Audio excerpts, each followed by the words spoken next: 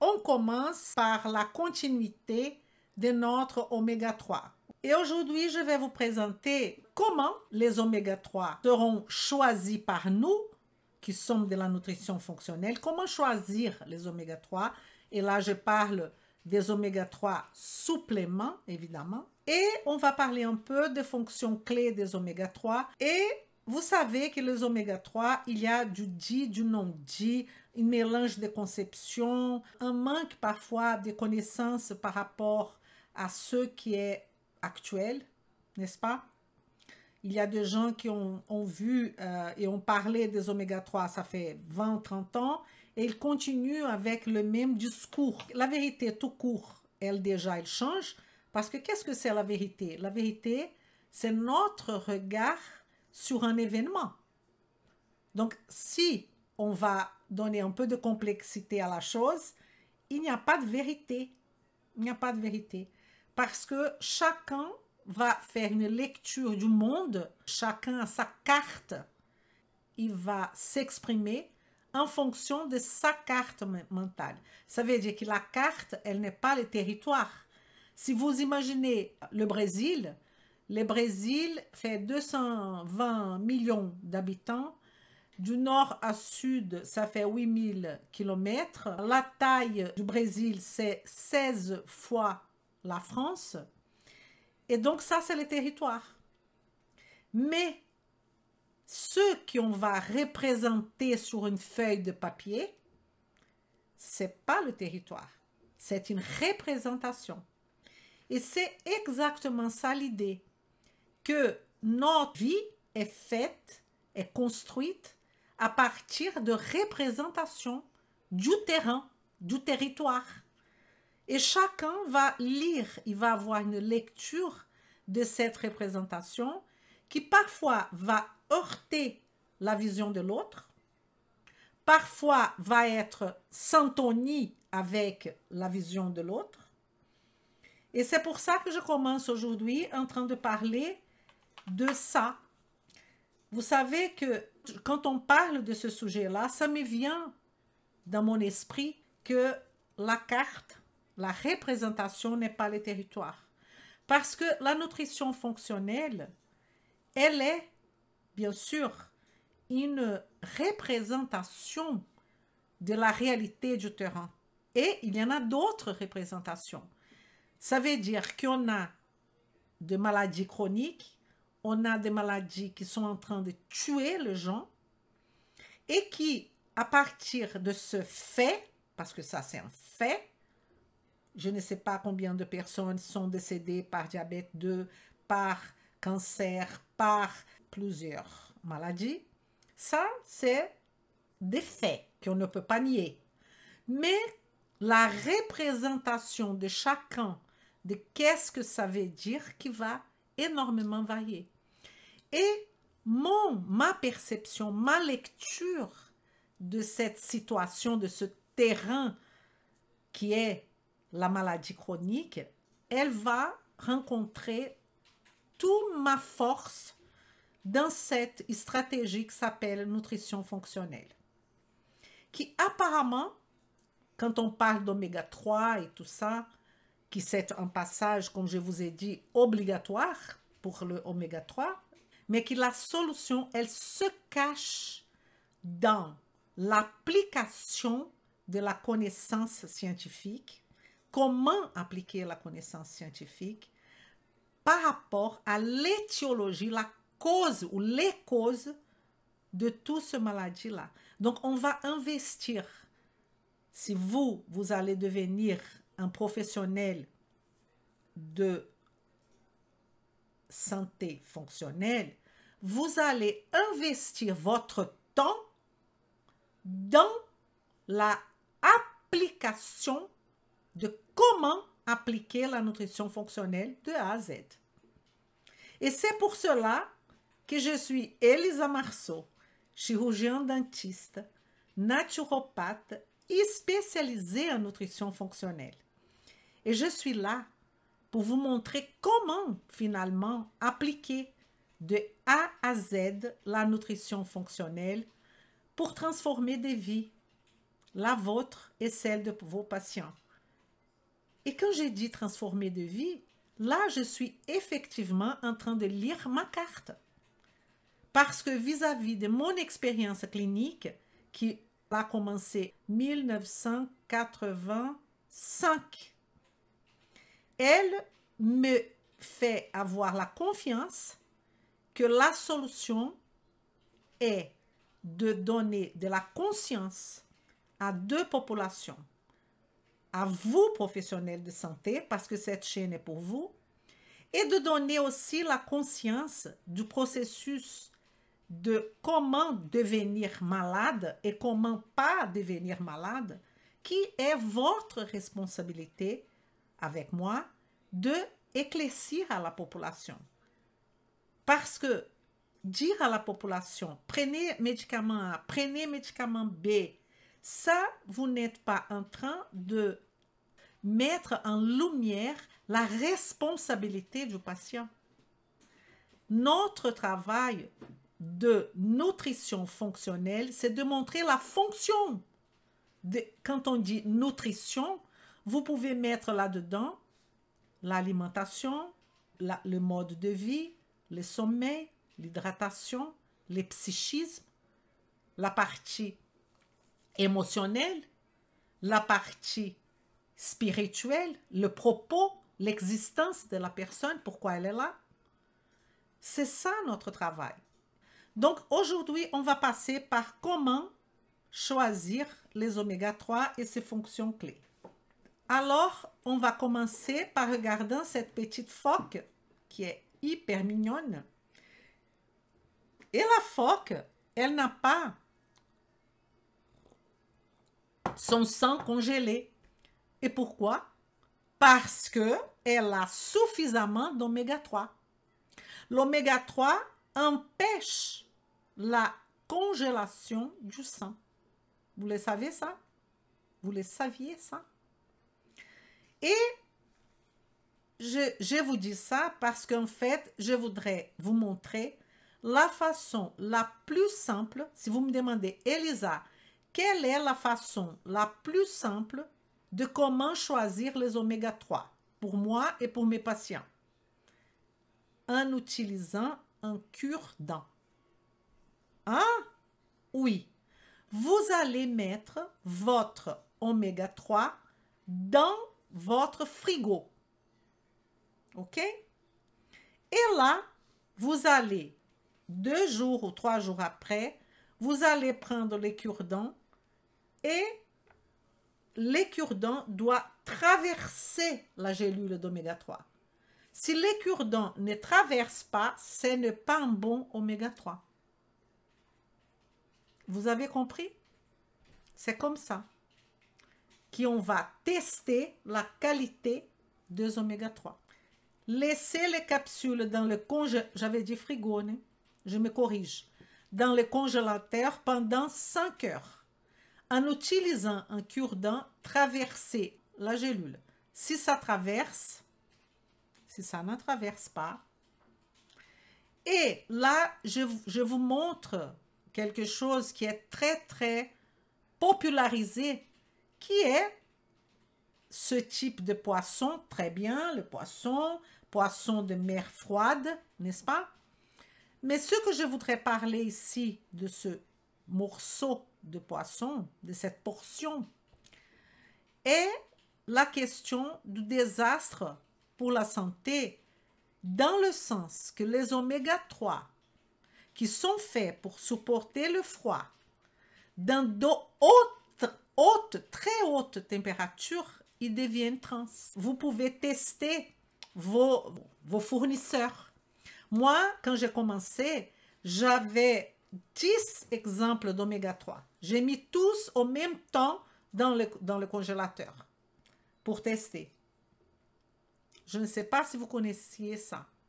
Mais maintenant, ça va venir la partie encore plus importante, qui est ces oméga 3, normalement, selon les études scientifiques d'aujourd'hui, ils devraient venir accompagner de la vitamine E et du romarin,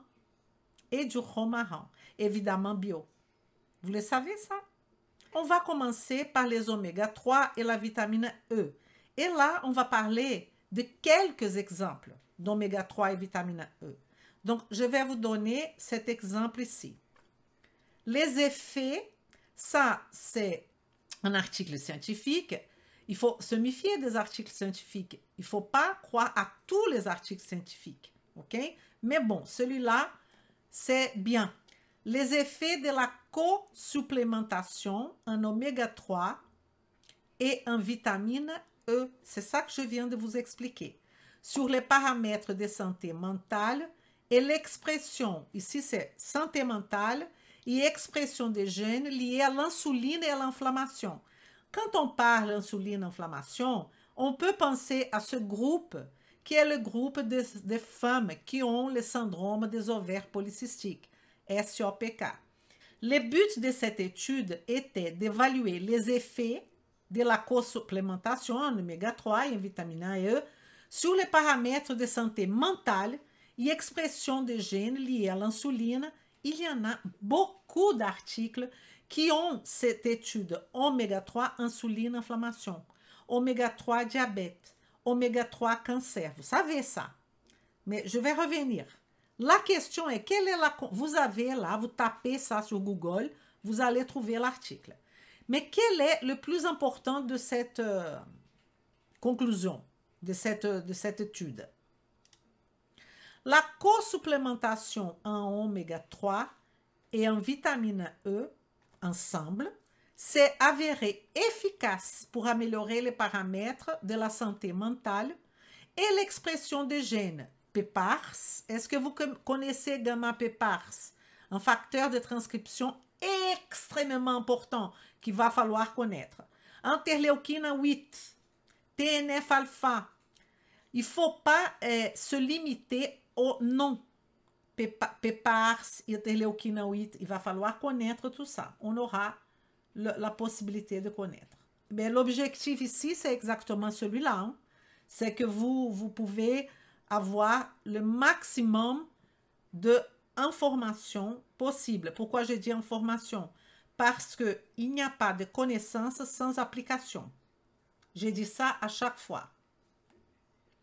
Alors, je vous ai parlé d'ASOPK, mais il y a de mêmes articles, de mêmes choses, oméga 3 et vitamine E, pour les patients, par exemple, avec Parkinson. Donc, la question, ce n'est pas l'étiquette, ce n'est pas les Parkinson, ce n'est pas la SOPK. C'est ça que je veux vraiment que vous compreniez. La question, ce n'est pas le syndrome des ovaires. Ce n'est pas ça que c'est en lumière.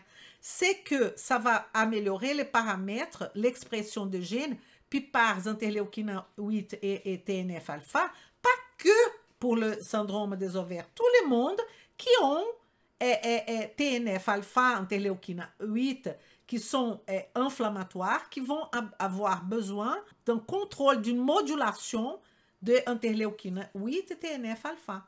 Comprenez? Alors, la question qui va se poser est, alors Elisa, je compris.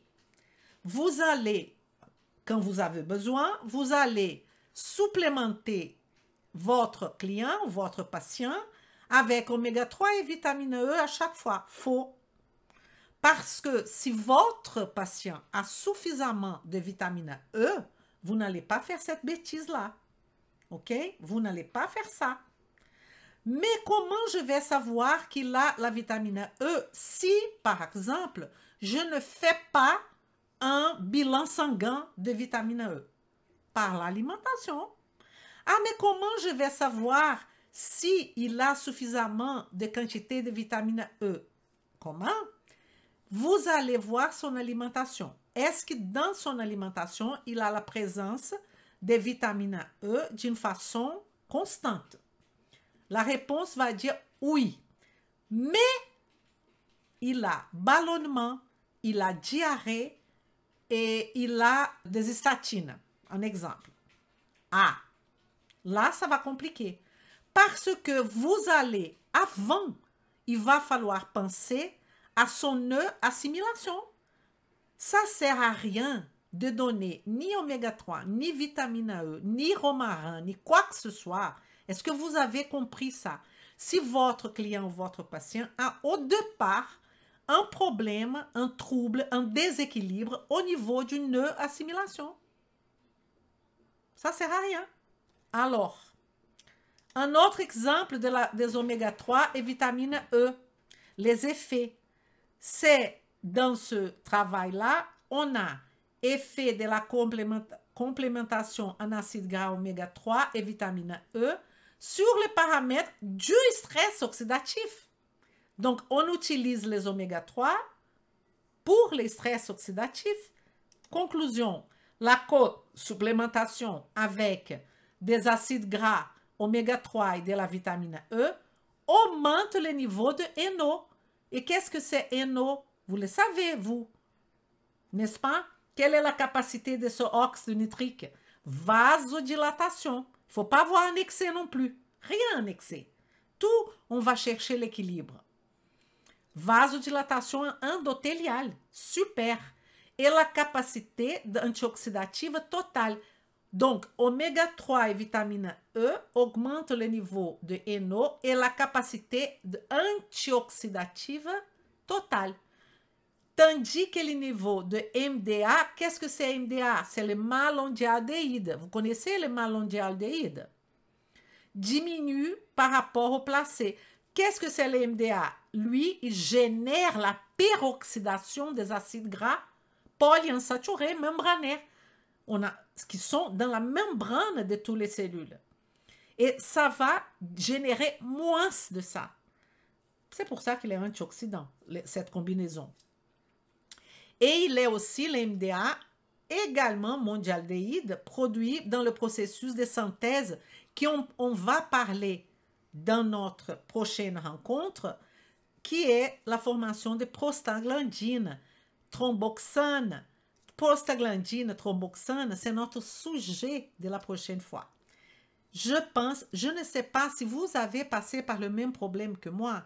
Quand les gens me parlaient de COX, de LOX, prostaglandine, thromboxane, je faisais un mélange de ça. Je ne comprenais pas trop, ça n'était pas clair dans ma tête. Et j'espère que dans notre prochaine fois, je vais décompliquer. Prostaglandine, thromboxane, si est inflammatoire, si est anti-inflammatoire, qu'est-ce que c'est ce mélange de choses? Je vais vous expliquer, vous allez voir. Il y a une autre association, je change de sujet, les oméga 3 et les romarins. Les oméga 3 et les romarins, on va discuter l'effet d'un antioxydant naturel, alors là c'est plus que super, l'extrait des romarins, riche en polyphénol, Rosmaninus officinalis, n'est-ce pas? Sur la stabilité lipidique, il donne déjà la réponse. Pourquoi on va utiliser les romarins? Parce qu'il donne de la stabilité lipidique, ok? Aux oméga 3. De l'huile riche en acides gras oméga 3 d'origine végétale. La conclusion, il faut savoir qu'ils ont travaillé la validité de l'extrait de romarin qui a été obtenu en utilisant une solution d'éthanol à 80% pendant 30 minutes. Ils ont extrait le bioactif du romarin, est-ce que vous avez compris? En utilisant une solution d'éthanol à 80% pendant 30 minutes. Ça, c'est une technique que nous, on ne sait pas faire. Mais la conclusion, c'est que quand vous utilisez l'extrait de romarin, qu'est-ce qui va se faire? Conclusion, les extraits de romarin ont une efficacité positive pour stabiliser l'huile de lin contre l'oxydation. Donc, ça serait très intéressant parce que là, ce n'est pas le cas de la vitamine E, d'associer vraiment et de chercher des laboratoires qui font ce type d'association d'oméga 3 avec romarin. C'est super. Est-ce que c'est clair pour vous? En conclusion, je vais bien lire cette conclusion. Les extraits de romarin ont une efficacité positive pour stabiliser l'huile de lin contre l'oxydation, se présentant comme une application potentielle des acides gras oméga 3 dans les aliments. C'est génial. C'est plus que génial. Ça veut dire qu'on peut aussi mettre le romarin dans l'alimentation, n'est-ce pas? Avec cet objectif-là, spécifique. Donc, il faut le mettre tous les jours. Quand je dis, pas moi, n'est-ce pas, que l'aliment est votre médicament, pas moi, hein, je le sais.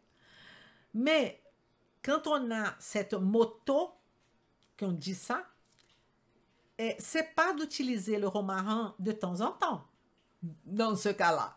C'est d'utiliser les romarins en tant que notre médicament. Donc, c'est tous les jours.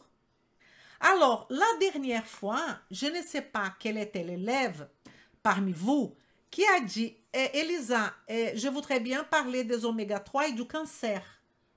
Écoutez, qu'est-ce que je vais vous dire. Les oméga 3, c'est pas ça. Les oméga 3 et les cancers, regardez. Les oméga 3 et la dépression. Les oméga 3 et démence. Les oméga 3 et la schizophrénie. Les oméga 3 et la mémoire et la cognition. Les oméga 3 et l'autisme. Les oméga 3 et Alzheimer. Les oméga 3 et ADHD. Attention de déficit de désordre, déficit de l'attention. Hyperactivité de l'enfant. Les oméga 3 et les Parkinson. Les oméga 3, là, qu'est-ce que c'est ça? Ce sont deux étiquettes. On est d'accord? Et vous ne pensez pas, loin de là, que vous allez donner une gélule d'oméga 3 à une personne qui a de la dépression et que ça va disparaître. Que non, c'est pour ça qu'existe la matrice de la nutrition fonctionnelle. Si vous allez donner un oméga 3, c'est une goutte dans l'océan de la problématique d'une personne qui a dépression, d'une personne qui a Parkinson. Vous n'allez rien résoudre, rien du tout. C'est l'ensemble des actions qui vont permettre l'accompagnement et l'amélioration de toutes ces étiquettes-là. OK?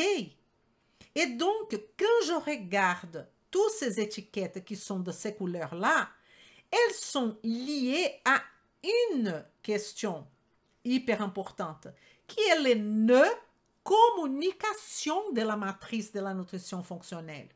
Mais il faut mettre ça dans la matrice parce qu'il va falloir savoir faire des liens.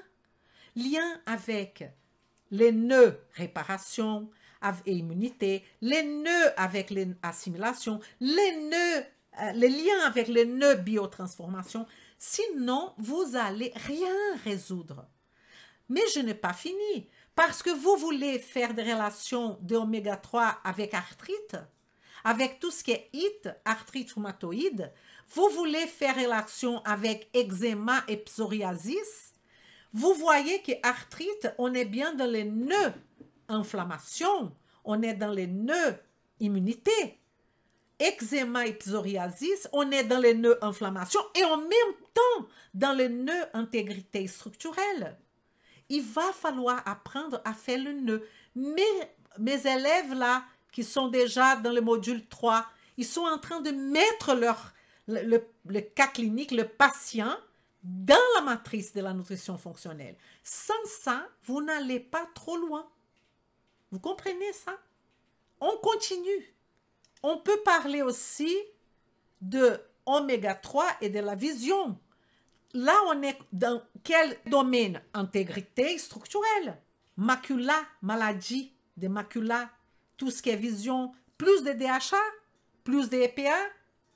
On donne quand même si la personne a déjà suffisamment de DHA ou de EPA. Ce sont des questions que je vous pose. Mais comment va l'assimilation de ce patient?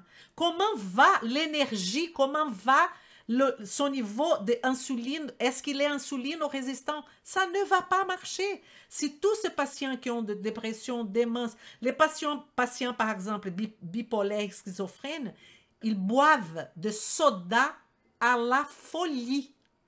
À la folie. Donc, il y en a plein qui sont prédiabétiques, diabétiques, insulino-résistants. Il va falloir régler tout ça. C'est une merveille. Je ne sais pas comment vous convaincre. Mais si vous savez travailler ça, si vous prenez le temps. Et là, je voudrais arrêter 2 secondes pour vous parler. Il y a plusieurs personnes qui me disent, Elisa, je n'ai pas le temps. Je n'ai pas le temps d'étudier tout ça.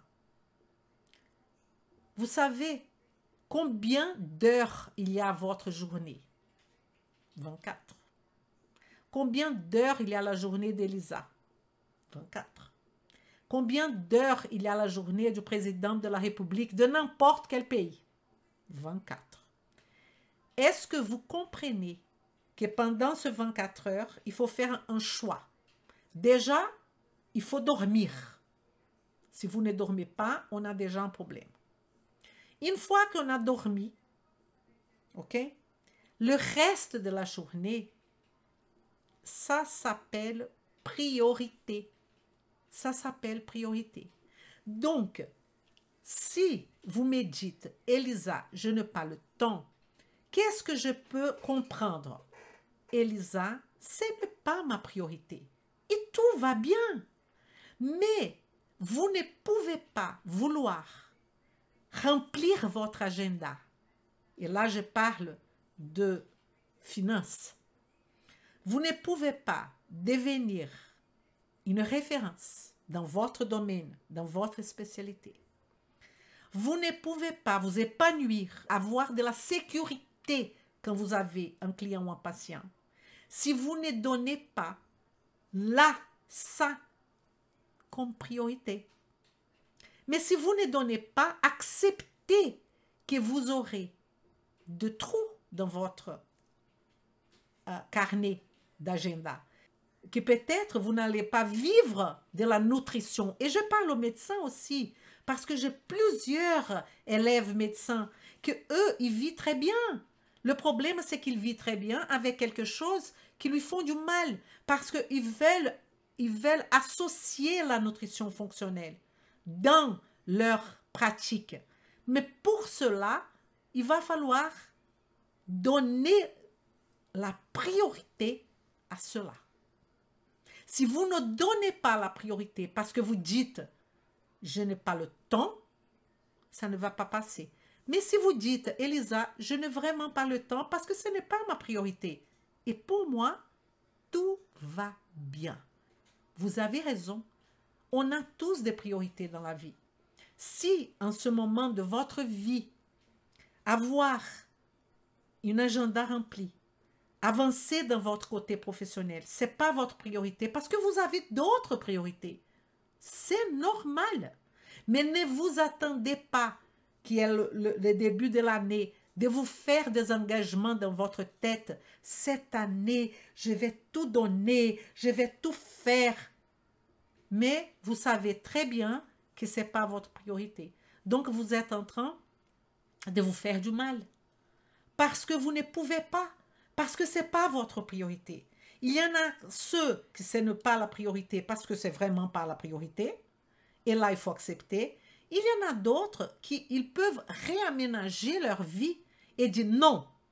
Je vais dire non à d'autres activités que je suis incapable de vous lister parce que chacun, j'ai commencé aujourd'hui à parler de ça, a sa lecture, sa vision, sa perception du monde.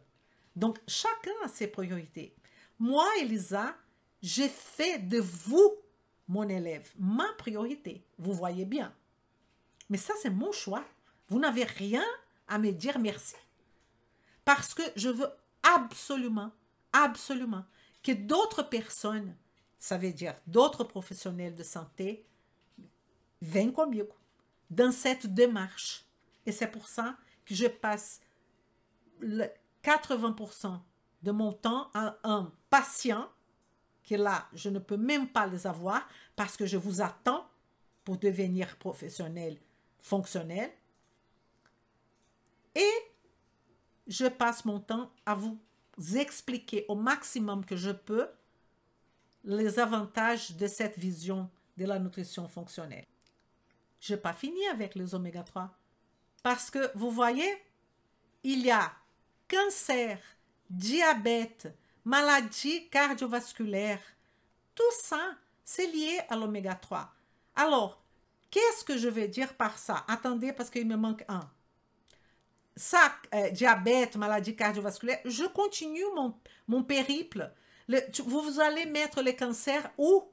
Où, mon Dieu? Les cancers, il peut être nœud de l'inflammation, nœud de l'insulinorésistance, ça veut dire nœud énergétique, nœud de l'assimilation, cancer du côlon. Donc, le cancer, il est dans tous les nœuds. Si vous mettez dans votre tête que vous allez traiter le cancer, vous n'allez rien traiter. En tant que professionnel de la nutrition. Et c'est pour ça qu'il y a autant de méfiance vis-à-vis de la nutrition fonctionnelle ou de la nutrition tout court. Ah, ça ne marche pas, ça ne marche pas. Pourquoi? Parce que, qu'est-ce que vous faites? Vous prenez un patient cancéreux et vous commencez tout de suite à lui donner oméga 3, je ne sais pas quoi, parce qu'il a un cancer. Mais vous avez tout faux. Vous avez tout faux. La même chose pour les diabètes, la même chose pour les maladies cardiovasculaires et la même chose pour n'importe quelle étiquette que vous allez me présenter. D'accord?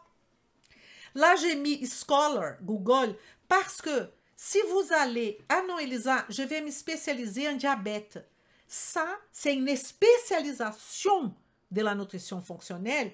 Et là, il va falloir faire une formation qui va au-delà de celle que mes élèves sont en train de faire. C'est et spécialisation en diabète, mais vous savez déjà travailler et pratiquer la nutrition fonctionnelle. C'est ça que vous ne comprenez pas. Et donc, quand la personne, l'élève m'a dit, Elisa, je voudrais un cours sur cancer et oméga 3, pourquoi faire? Elle n'est pas une spécialiste de nutrition fonctionnelle. Donc, et si vous voulez ça, vous tapez oméga 3 cancer, un scholar.google.fr. Je suis en train de vous donner là-haut. Et vous avez tous les articles qui font relation avec oméga 3 et cancer. Alors, ces oméga 3, toujours à 4 grammes par jour, hein, on avait déjà convaincu de ça, maximum. Je vais commencer par celui-là. Hein. Les oméga 3, dans le sens qu'on va baisser un niveau. On a parlé d'oméga 3 avec les étiquettes. Maintenant, on peut parler sur un point de vue physiologique. On peut parler de oméga 3. Je vais laisser ça pour la fin parce que ce n'est pas le meilleur pour commencer. Attendez. Je vais tout mettre là. On peut parler des oméga 3 et hémodynamique. Hémodynamique, c'est quoi? C'est amélioration de la vasodilatation. On a parlé de ça tout à l'heure. On va avoir une diminution des endothéline, une amélioration de NO, on a parlé de ça, amélioration de la dysfonction endothéliale, n'est-ce pas? Et amélioration de la résistance. Donc, je ne suis pas là pour vous expliquer aujourd'hui tous les détails, évidemment que non, de cette fonction de oméga 3 par rapport à l'hémodynamique, ni de parler de oméga 3 par rapport à vasculaire, action vasculaire. On va diminuer des facteurs d'agrégation plaquettaire. Comment? Via thromboxane A. Je vais parler de thromboxane la prochaine fois. OK? On va faire des thrombus moins gros et moins solides. Ça, c'est clair. Vous voyez l'action déjà vasculaire. Vous voyez l'action anti-arythmique. Vous voyez l'action de remodélage et fibrose. C'est quoi cette histoire de remodélage et fibrose? C'est un terme générique, le mot remodélage. Il veut dire que ce sont des modifications de la structure de quelque chose. Remodélage. Modification de la structure de quelque chose. C'est quelque chose peut être un tissu ou un organe. Est-ce que vous êtes d'accord que quand une personne elle a un infarctus, elle va avoir un remodélage? Elle va avoir un processus de dommage à son tissu cardiaque qui va former de fibrose après un infarctus. Qu'est-ce qui va aider les oméga 3?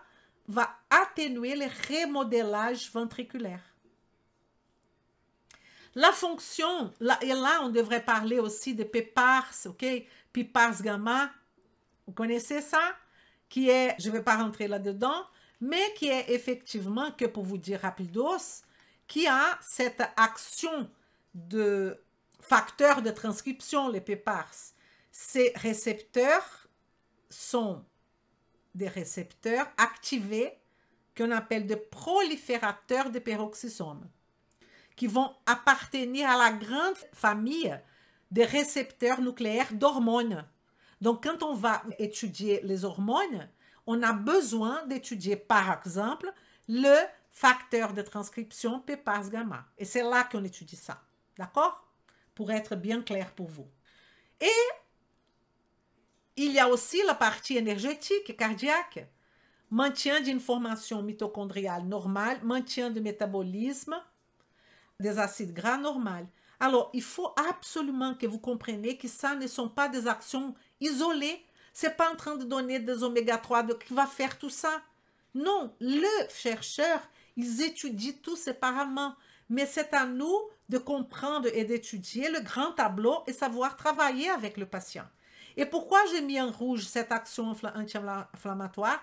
Parce que cette action, c'est celle qui va nous intéresser en ce moment, que je vais vous expliquer.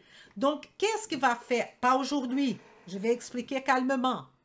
Mais cette action anti-inflammatoire, elle va diminuer l'activation des NF-κB, qui est un facteur de transcription cytosolique, qui est un stimulateur de cytokines inflammatoires. On a besoin des NF-κB, bien sûr, sinon vous ne cicatrisez pas. Mais là, c'est quand on est un processus inflammatoire chronique. Entre en compétition avec les sites enzymatiques de COX et de LOX. Si vous ne connaissez pas COX et LOX, ce n'est pas possible. On va diminuer TNF-alpha, interléukine 1 et interléukine 6. Il ne faut pas mémoriser ça comme ça. Dans notre nœud inflammatoire, on va connaître qui est cette fameuse interléukine 6, parce qu'elle est fameuse. Hein? La TNF-alpha, interléukine 1, tout ça sont de cytokines inflammatoires qu'on a besoin. Donc, fonction, là, c'est le groupe 1 de fonction. Réduire VLDL. Qu'est-ce que ça serait très important? Très important de savoir comment on fait la synthèse de VLDL. Pour cela, mon cher élève, il va falloir connaître depuis l'ingestion d'un aliment comment on passe au chylomicron, VLDL, IDL, LDL, HDL, tout ça. Donc, je suis là-haut. Que cette petite phrase là-haut?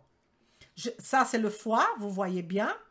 Et on va diminuer la production de VLDL quand cette production, elle est en excès. Pourquoi elle est en excès? Parce que je suis en train de faire des triglycéridémies, parce que mon patient mange mal, parce que j'ai un problème de base. Qu'est-ce qui fait effectivement le oméga 3? Il augmente l'absorption des acides gras. Il augmente la bêta-oxydation qui se fait où? Dans la mitochondrie ou dans les muscles cardiaques, dans les adipocytes et dans les muscles squelettiques. Vous voyez que je parle d'adipocytes, muscles squelettiques. Je suis en train de parler aussi de l'insuline. Je suis en train de parler aussi de GLUT4. Si vous pensez que c'est trop pour vous, c'est parce que il faut commencer par le commencement. Interléukine 2, diminution de interléukine 2. C'est une interléukine inflammatoire. Comment vous expliquer cette interléukine 2? Elle va faire partie de toutes les actions inflammatoires de défense du corps, comme l'interléukine 6, comme TNF-alpha, comme NF-κB. Mais je vais donner plus de détails la prochaine fois parce que je voudrais faire cette association ici que je trouve très intéressant. Alors, je vais faire mieux parce que ça mérite une explication très belle. Donc, je vais mettre ça dans la prochaine fois, d'accord? Où je vais expliquer l'action des oméga 3 sur les macrophages et sur les cellules présentatrices d'antigènes comme les cellules dendritiques. Je vais aussi vous montrer qu'est-ce que ça veut dire cette histoire de leucotriène, de eicosanoïdes. Tout ça sera dans la prochaine fois. Attendez, hop. Je vous vois jeudi. Famille écosanoïde, fonction vraiment anti-inflammatoire. J'ai des choses à vous dire. Je vous souhaite une excellente soirée. Merci beaucoup d'être là. Et deux choses. Le like, partager. Et là, je vous demande d'inviter vos collègues professionnels de santé. Ça peut être étudiant, n'importe dans quel domaine de la santé. Ça peut être de médecins, pharmaciens, coach, éducateurs sportifs, naturopathes, éthiopathes, ostéopathes, tous ceux qui pensent que la sortie pour ce monde est la santé d'une façon responsable. À bientôt. Vem comigo!